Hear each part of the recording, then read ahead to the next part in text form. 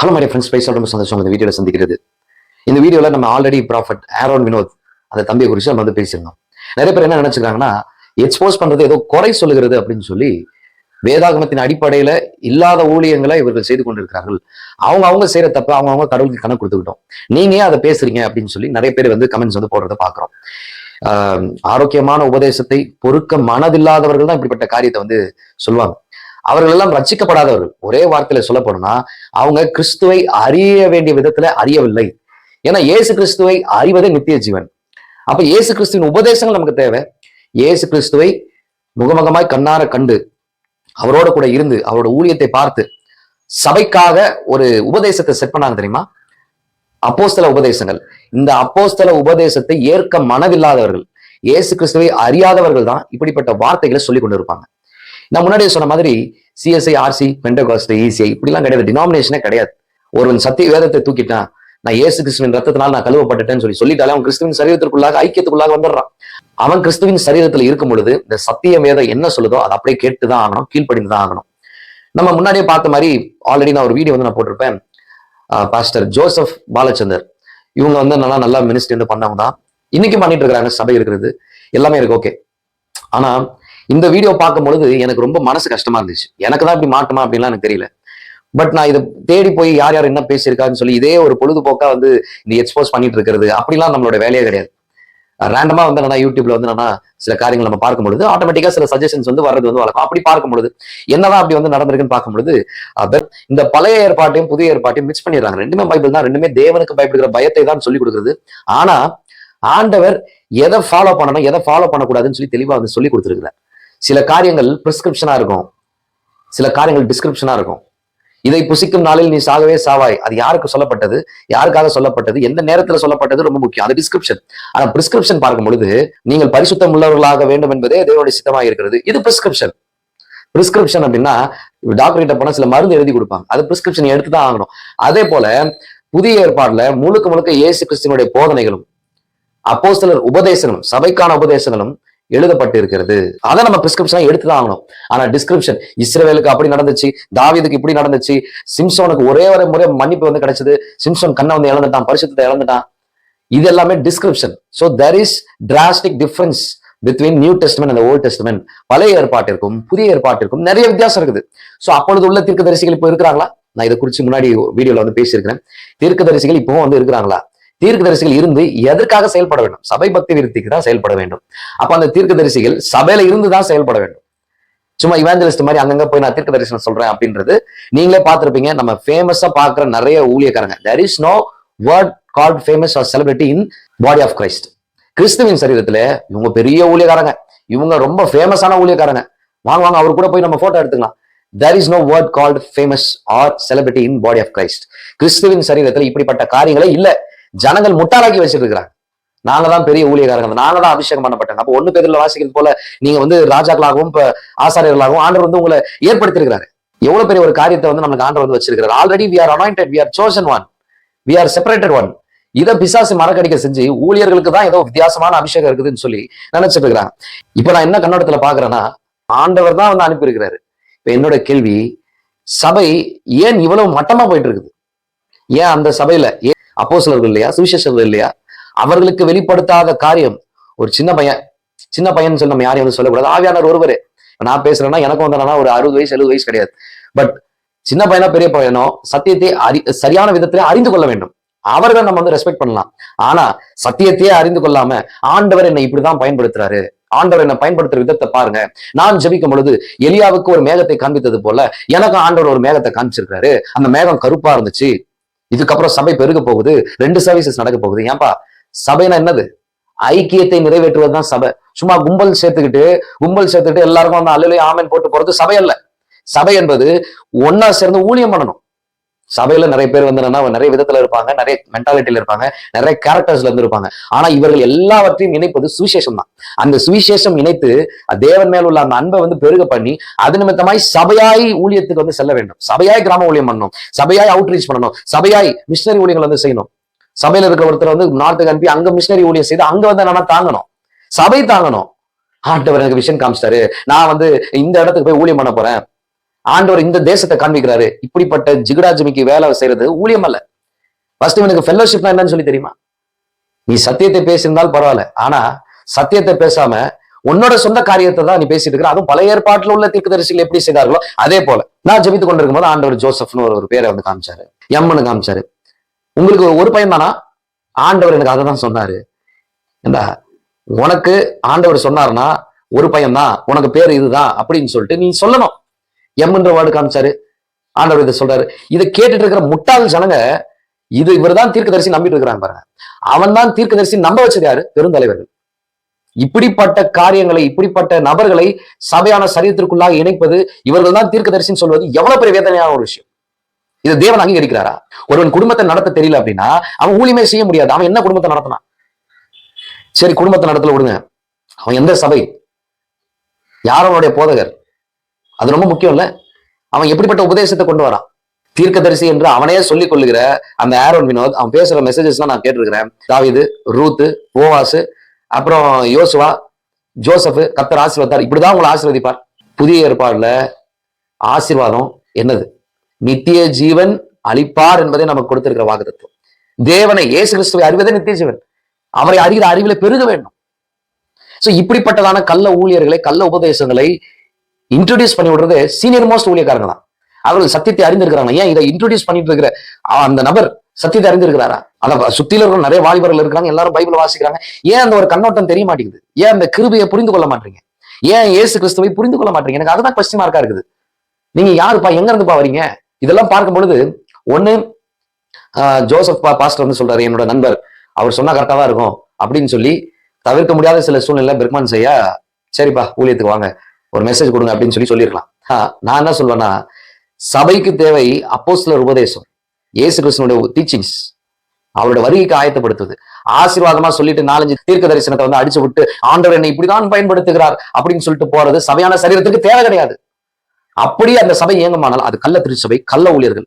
இதை பார்த்து கொண்டிருக்கிறவங்க தயவு செய்து பெர்க்மன் செய்ய கொண்டு போய் சேருங்க. அவருக்கு அவரோட நம்பர் இருந்துச்சு, நானே அனுப்பியிருப்பேன். ஐயா, நீங்க இந்த மாதிரி பேசிருக்கீங்க, ஐயா நீங்க இந்த மாதிரி உங்க சபையில இப்படி ஒரு பையனை வந்து அனுப்பியிருக்கீங்க, அவனோட பிரசங்கத்தை கேளுங்க, அவன் யாரு, அவன் எப்படின்னு சொல்லி நீங்க கேளுங்க. இது உண்மையான தீர்க்க தரிசிமா? நீங்களே வந்து முடிவு பண்ணி வேதாகமத்தின் அடிப்படையில் எனக்கு பதில் சொல்லுங்கன்னு சொல்லி நானே கேட்டிருப்பேன். But I don't have that much of reach. ஆனா social media is biggest reach. இதுல கிறிஸ்துவின் சரியத்துல நிறைய பேரை கனெக்ட் பண்ணலாம். அதனால சோஷியல் மீடியால பேசிட்டு இருக்கிறோம். சோஷியல் மீடியால பேசுறதுனால இவனுக்கு குறை சொல்றதுதான் வேலைன்னு சொல்லி நிறைய பேர் நினைச்சிட்டு இருப்பாங்க. நான் அவங்களுக்கு முன்னாடியே பதில் சொல்லிட்டேன். அவர்கள் எல்லாம் இயேசு கிறிஸ்துவை அறிய வேண்டிய விதத்திலே அறியவில்லை. அப்போஸ்தலருடைய உபதேசத்தை நிராகரிக்கிறவர்கள். கடைசி காலத்துல இப்படிப்பட்டதான கள்ள உபதேசங்களுக்கும் கள்ள கட்டு கதைகளுக்கும் செவியை சாய்த்து போகிற கூட்டமா இருக்கிறார்கள். செவித்தினம் உள்ளவர்களாகி காதை அடைத்துக் கொள்கிற கூட்டம் இவர்கள். 1 தீமோத்தேயு 4:1 எப்படியாய் சொல்கிறது, ஆகிலும் ஆவியானவர் வெளிப்படையாய் சொல்லுகிறபடி பிற்காலங்களிலே மனசாட்சியில் சூடுண்ட பொய்யருடைய மாயத்தினாலே சிலர் வஞ்சிக்கிற ஆவிகளுக்கும் பிசாசுகளின் உபதேசங்களுக்கும் செவி கொடுத்து விசுவாசத்தை விட்டு விலகி போவார்கள். ஏன் என் வாழ்க்கையில் ஆண்டவர் அற்புதமே செய்ய மாட்டார்? நான் அவருக்காக முட்டி போட்டு ஜெபிக்கிறேனே, உபவாசம் இருந்து ஜெபிக்கிறேனே, நான் உருண்டு பிறண்டு ஜெபிக்கிறேனே, ஆண்டவர் என் ஜெபத்தை கேட்கவே இல்லை. அந்த தீர்க்கதரிசி என் பேரை சொல்லவே இல்லை. பையனை பத்தி தான் சொல்லி இருக்கிறாரு, என்னை பத்தி ஆண்டவர் சொல்லவே இல்லையே, ஆண்டவருக்கு என் மேல கரிசனை இல்லையே. இப்படிதான் ஜனங்களோட மென்டாலிட்டி இருக்கும். ஏன்னா அங்க இருக்கிறவங்க எல்லாருமே வந்து என்னன்னா எஜுகேட்டட் அப்படின்னு சொல்ல முடியாது.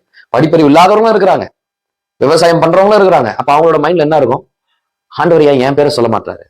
இல்ல 23 வயசு, அப்போ உனக்கு ஒரு நல்ல ஒரு விசேஷம் ஒண்ணு இருக்குது. ஏன்னா 24 வயசுல கல்யாணம் நடக்கல. ஏன்னா அவன் ஒருத்தன் தான், அவனுக்கு அக்கா தங்கச்சி யாரும் கிடையாது. அக்கா இருந்தாங்கன்னா இல்ல உனக்கு 30 வயசுல தான் ஆண்டவர் திருமணம் செய்வாரு. என்ன சாட்சி சொல்ல போறான் சபையில? நான் 100 பேர் ஆண்டவருக்காக ஆதாயப்படுத்துன்னு சொல்ல போறேன்னா, இல்லை நான் சுவிசேஷம் சொல்லி ஏத்தியஸ்ட், இந்த LGBTQ இப்படிப்பட்டவர்கள்லாம் ரசிக்கப்பட்டாங்க, திருநங்கைகள்லாம் மனம் மாறிட்டாங்க, இல்ல நிறைய பேர் மனம் திரும்பி இருக்கிறாங்க, நான் ஒரு கிராமத்துல போய் சுவிசேஷத்தை சொல்லும் போது அங்க ஆண்டவர் அற்புதம் செஞ்சார், அடையாளம் செஞ்சார், இப்படிப்பட்ட சாட்சியை சொல்ல போறானா? இல்ல ஆண்டவர் எனக்கு 24 வயசுல ஒரு கல்யாணம் ஆயிடுச்சு அப்படி சாட்சி சொல்ல போறானா? உங்களுக்கு ஒண்ணு தானே, ஒரு பையன் தானே, அதுதான் ஆண்டவர் எனக்கு காமிச்சார். அப்ப ஏன் கேட்கிற?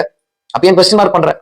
ஏன் இதை அனுமதித்த அந்த ஊழியர்கள் இந்த வசனத்தை படிப்பாங்களா எனக்கு தெரியல. 1 தீமோத்தேயு 4 அதிகாரத்தை நிராகரிச்சிருவாங்க போல. கிறிஸ்துவின் சரீரத்தை வியாபாரம் பண்ணி நாசம் பண்ணிட்டு இருக்கிறாங்க. அதுல சீனியர் மோஸ்ட் ஊழியக்காரர்களும் உடம்பியா இருக்கிறாங்கன்றதுதான் மனவேதனையா இருக்கு. அதே 1 தீமோத்தேயு 5 அதிகாரம் 8வது வசனத்துல, ஒருவன் தன் சொந்த ஜனங்களையும் விசேஷமாக தன் வீட்டாரையும் விசாரியாமற் போனால் அவன் விசுவாசத்தை மறுதளித்தவனும் அவிசுவாசியும். சொந்த ஜனங்கள் நடத்தணும். சொந்த ஜனங்கள் யாரும் ஃபேமிலி. இப்ப அந்த ஆரோன் வினோத் என்றவர் வந்து நான் ஸ்கூலுக்கே போகல, நான் ஊழியம் தான் செய்ய போறேன்னு சொல்லி நான் வந்துட்டேன். அந்த ஹிஸ்டரி எல்லாம் நீங்க வந்து கேட்டிருப்பீங்க. அதை அந்த வீடியோ பழைய வீடியோ நான் வந்து பேசியிருக்கேன். அதோட லிங்க் வந்து டிஸ்கிரிப்ஷன்ல இருக்கு. இப்போ சொந்த கூட்டம், சொந்த ஜனத்தை நீ விசாரிக்கல, நீ எப்படி ஒரு ஊழியக்காரன், ஒரு தீர்க்கதரிசியா இருக்க முடியும்? என்னோட கேள்வி அதுதான். நீ படிச்சு நல்ல வேலை செஞ்சு உன்னோட சொந்த கரத்தினால் வேலை செய்து நீ உன் ஃபேமிலி ரன் பண்ணியா? இப்படிப்பட்ட பெரிய இடத்துக்குலாம் போனா நல்ல ஆஃபரிங்ஸ் வரும். நான் ஆஃபரிங் வரதை என் ஃபேமிலி நடத்துறேன். ஃபர்ஸ்ட் முழு நேர ஊழியம் அப்படின்றது நலமான வேலையை செய்து கொண்டேதான் ஊழியம் செய்யணும். ஆண்டவர் என்னை முழு நேரமாய் அழைத்து விட்டார், யாருன்னா ஆஃபரிங் கொடுப்பாங்களா? இப்ப இங்கதான் தசமபாக உபதேசம் வருது. அது பழைய ஏற்பாட்டு உபதேசம், நியாயப்பிரமாணம். ஆஃபரிங் கொடுக்கணும் நான் இல்லைன்னு சொல்ல, ஆனா தசமபாகன்ற பேர்ல நீ கொடுத்தாதான் ஆண்டவர் ஆசீர்வதிப்பார் சொல்றது மிகப்பெரிய பாவம். அப்படிப்பட்ட உபதேசங்கள், அப்படிப்பட்ட உபதேசத்தை பேசுறவங்க ரட்சிக்கப்படவே இல்லைன்னு அர்த்தம். இப்ப 2 தீமோத்தேயு 2வது அதிகாரம் 15-16 இப்படி சொல்லுது, நீ வெட்கப்படாத ஊழியக்காரனையும் சத்திய வசனத்தை நிதானமாய் பகுத்து போதிக்கிறவனாயும் உன்னை தேவனுக்கு முன்பாக உத்தமனாக நிறுத்தும்படி ஜாக்கிரதையாயிரு. நான் ஜெபிச்சேன், எலியாவுக்கு மேகத்தை காட்டினது போல எனக்கும் ஒரு மேகத்தை காட்டினாரு. எங்களுக்கெல்லாம் இது வரைக்கும் ஒரு மேகம் தான் ஆண்டவர் காட்டலையே. காட்டலாம் எத்தனையோ மேகம் காட்டியிருக்கணும். நான் 40 நாள் உபவாச ஜபம் 7 தடவை பண்ணியிருக்கிறேன். 21 நாள் உபவாச ஜபம் ஒரு 19 தடவை கிட்ட வந்து பண்ணியிருப்பேன். பைபிள் ஃபுல்லா வாசி முடிச்சிருக்கிறேன். ஒரு நாளும் எனக்கு ஆண்டவர் காட்டவே இல்லையே. ஒருவேளை நான் சரியான விதத்துல ரசிக்கப்படலையோ, ஆண்டவர் என் மேல இறக்கமா இல்லையோ, நான் ஊழியம் செய்யலையோ, எனக்கே ஒரு கொஸ்டின் மார்க்கா இருக்குது. நிறைய பேர் உபவாசம் ஜெபம் பண்ணிட்டா, நான் முட்டி போட்டு பைபிள் வாசிச்சுட்டா, கல்லுப்பு தரையில போட்டு அது மேல முட்டி போட்டு ஜெபித்தா ஆண்டவர் என் மேல பெரியமா இருப்பார் நினைச்சிட்டு இருக்கிறாங்க. இல்ல, உன் கிரியைகளினால் நீதிமான் ஆக முடியாது. இதுதான் வேதாகம சத்தியம் போதிக்குது. நீ என்ன வேலை செஞ்சாலும் உன்னால் நீதிமான் ஆக முடியாது. தேவனை விசுவாசிக்கிற விசுவாசம் தான் உன நீதிமான மாத்தும். அவரை அறிவதுதான் நித்திய ஜீவன்.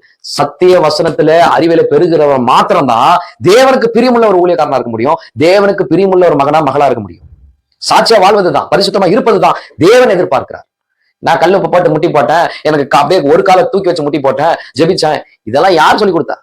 அப்போஸ்தலர்கள் சொல்லி கொடுத்தாங்களா? உபவாசம் இருக்கிறது தப்பு இல்ல, தேவனை அறிகிற அறிவில பெருகணும். நீங்க உபவாசம் இருந்து என்ன பகுத்து போதிச்சிங்க, என்ன பகுத்து கத்துக்கிட்டீங்க? பகுத்து போதிக்கணும்னு சொல்லி வசனம் சொல்லுது. அப்படியே தொடர்ந்து 16வது வசனத்துல வாசிக்கும் பொழுது, சீர்கேடான வீண் பேச்சுகளுக்கு விலகிரு, அவைகளால் கள்ளப்போதர்களான அவர்களுடைய வார்த்தை அரிப்பிளவை போல படரும், இமனையும் பிளேத்தும் அப்படிப்பட்டவர்கள், அவர்கள் சத்தியத்தை விட்டு விலகி, அங்கதான் நம்ம கவனிக்கணும். அது தொடர்ந்து வாசிக்கும் பொழுது சத்தியத்தை விட்டு விலகி போயிட்டாங்க, உயிர்த்தெழுதல் நடந்தாயிற்றுன்னு சொல்லி சொல்றாங்க. நிறைய காரியங்கள் வந்து வரும். அங்க வந்தா பவுல் தீமோத்தேயுக்கு அட்ரஸ் பண்ணும்போது கள்ள ஊழியர்கள் அரிப்பிளவை போல இருக்கிறாங்கன்னு சொல்லி இன்ட்ரோடியூஸ் பண்றாரு. Cancer, they are like cancer. எப்பா உன்னைய வந்து ஊழியத்துக்கு கூப்பிடல, நீ வயிற்றுல பேசுற, டேய் அப்படிப்பட்ட சபை எனக்கு தேவை கிடையாது. இல்லாம செயல்படாதவர்களுடைய சபைக்கு போய் நான் ஊழியம் பண்ணி எனக்கு 10 காசு பிரோஜனம் கிடையாது. ஒருவேளை காணிக்க நிறைய கொடுத்தாலுமே எனக்கு பிரோஜனம் கிடையாது. ஏன்னா பவுல் சொல்றாரு பிலிப்பியர்ல, நான் வீணாக ஓடல, வீணா பிரயாசப்படல. எவ்வளவு பெரிய ஒரு வார்த்தை பாருங்க, நான் ஒரு நோக்கத்தோட ஓடினேன். அதேதான் நானும் சொல்றேன், நான் நோக்கத்தோட ஓடுகிறவனா இருக்க வேண்டும் என்பதற்காக தான் ஆண்டவர் இப்படிப்பட்ட காரியத்துல, இப்படிப்பட்ட ஊழியரோட சபையில, இல்ல இப்படிப்பட்ட ஃபேமஸா, அதாவது போலி கிறிஸ்தவத்துல இந்த ஃபேமஸ்ன்ற வார்த்தை இருக்கும். உண்மை கிறிஸ்தவத்துல அது வந்து இருக்காது. உண்மையான கிறிஸ்தவத்துல இவர் ஃபேமஸான ஊழியக்காரர், இவர் பெரிய ஊழியக்காரர், இவர் தேவனை முகமுகமாய் சந்தித்த தீர்க்கதரிசின்னு சொல்லி சொல்லுங்க, எல்லாரும் சிரிப்பாங்க. டேய் போடா போய் பைபிள் ஒழுங்கா படிச்சுட்டு ஒழுங்கா ரட்சிக்கப்படுறான்னு சொல்லி அனுப்புவாங்க. ஆனா போலி கிறிஸ்தவத்துல ஃபேமஸ் வேர்டு இருக்கும், செலிபிரிட்டி வேர்டு இருக்கும், தீர்க்கதரிசின்ற ஒரு பட்டம் இருக்கும், கர்த்தர் உன்னை ஆசீர்வதிச்சு கொண்டே இருப்பார், உன் கவலை கண்ணீர் எல்லாம் மாறும் அப்படின்ற உபதேசங்கள் இருக்கும். இந்த உலகத்துல இருக்கிற வரைக்கும் அநேக உபத்திரங்கள், பாடுகள் எல்லாம் வரதான் செய்யும். அதை சகித்துக் கொள்வதற்கு ஆண்டவர் பலனையும் அவருடைய கிருபையும் கொடுக்குறேன். அவ்வளவுதான் விஷயம். பகுத்து போதிக்கணும், பகுத்து அறிந்து கொள்ள வேண்டும். ஜனங்கள் எதை பின்பற்றுகிறார்கள்? 7:15 சொல்லப்பட்டது போல கள்ள ஓநாய்கள், கள்ள ஊழியர்கள், கள்ள உபதேசத்துக்கு எச்சரிக்கையா இருங்க. இப்படிப்பட்டதான ஊழியர்களுக்கு எச்சரிக்கையா இருங்க. அது எவ்வளவு பெரிய ஊழியக்காரா இருந்தாலும், அவங்க எவ்வளவு ஃபேமஸா இருந்தாலும் பிரச்சனை கிடையாதுப்பா. இப்ப ஜான்ஜபராஜ் அண்ணா இருக்காரு, அவர் பாடுற பாட்டு நல்லா இருந்தாலும், போடுற மியூசிக் நல்லா இருந்தாலும் உபதேசங்கள் சரியில்லையே, அவரோட தனிப்பட்ட வாழ்க்கை சரியில்லையே. அவர் கூட இருக்கிற வாலிபர்கள் இன்னைக்கும் கெட்ட வார்த்தை பேசிட்டு சுத்திட்டு இருக்கிறாங்க. இன்னைக்கும் அவருக்கு சப்போர்ட்டா வந்தாங்கன்னா நிறைய காரியங்கள் செஞ்சுட்டு தான் இருக்கிறாங்க. எத்தனை வாலிபர்கள் எனக்கு தெரியும். அவரோட கூட இருக்கிறவங்க நான் ப்ரூஃபோட எவிடென்ட்டோட நல்லா காட்ட முடியும். பட் எனக்கு தேவை கிடையாது. தே டு ஹேவ் சம் ஃபியூச்சர். அவங்களுக்கும் எதிர்காலம் வந்து இருக்குது. நான் அதை போட்டு அவங்க ஸ்பாயில் பண்ணணும்னு சொல்லி எனக்கு விருப்பம் இல்லை. ஜான்ஜபராஜ் அண்ணா கூட இருக்கிறவங்க எத்தனையோ பேர், எத்தனையோ வாலிபர்கள் அசிங்கமான வார்த்தைகளை பேசுவதை நான் பார்த்திருக்கிறேன். பேசிட்டு அடுத்த வாரத்துல யூடியூப்ல பெர்க்மன் செய்ய பாட்ட கவர் சாங்க பாடியும் போட்டுருக்கிறாங்க. எல்லாமே நான் ப்ரூஃபோட நான் வச்சிருக்கிறேன். But I don't want there rubbish things. எனக்கு தேவையில்லாத காரியம் தேவையில்லை. கிறிஸ்துவின் சரீரத்துல ஒருத்தர் தப்பா வந்து பண்றாங்களா, தப்பான உபதேசங்களை பேசுறாங்களா, அவர்களை தான் நம்ம டீல் பண்ணணும். கிறிஸ்துவின் சரீரம் கருப்ட் ஆகுறாங்க, நீ மட்டும்தான் ஒழுங்கு. எஸ், எங்களுடைய தகுதி தேவனாலே ஆகும் என்று சொன்ன வார்த்தையின்படி ஆண்டவர் எங்களை தகுதிப்படுத்திக் கொண்டே இருக்கிறார். சோ சத்தியத்தை அறிந்து கொள்ளுங்க, சத்தியத்தை விட்டு விலகாதீங்க. பெரிய ஊழியர்கள் அவங்க சபையில இப்படி எல்லாம் கூப்பிட்டு நடத்துறாங்க, நான் தீர்க்கதரிசி நம்பிதான் ஆகணும். No, never. சத்தியம் என்ன சொல்லுகிறதோ, பெரையா பட்டணத்தார் காரியங்கள் இப்படி இருக்கிறதா என்று ஆராய்ந்து பார்த்தாங்கன்னா, சத்தியத்துல மனோவாஞ்சையா இருந்தாங்கன்னா அப்படியாய் இருக்க வேண்டும். சத்தியத்தை வைத்து மத்தவங்களை பாருங்க, ஊழியர்களை வைத்து சத்தியத்தை பார்க்காதீங்க. சோ இந்த வீடியோ உங்களுக்கு ரொம்ப யூஸ்ஃபுல்லா இருக்கும்னு நினைக்கிறேன். லைக் பண்ணுங்க, ஷேர் பண்ணுங்க, சப்ஸ்கிரைப் பண்ணுங்க. Thank you. God bless you. Amen. இயேசுவின் நாமத்திலே சொல்கிறேன், உங்களுடைய தீர்க்க தரிசனம் நிறைவேறுகிற காலம் வந்திருக்கிறது. Amen. Because the one who have prophesied is my God. காரணம் அந்த தீர்க்க தரிசனத்தை சொன்னவர் என்னுடைய ஆண்டவர். Amen.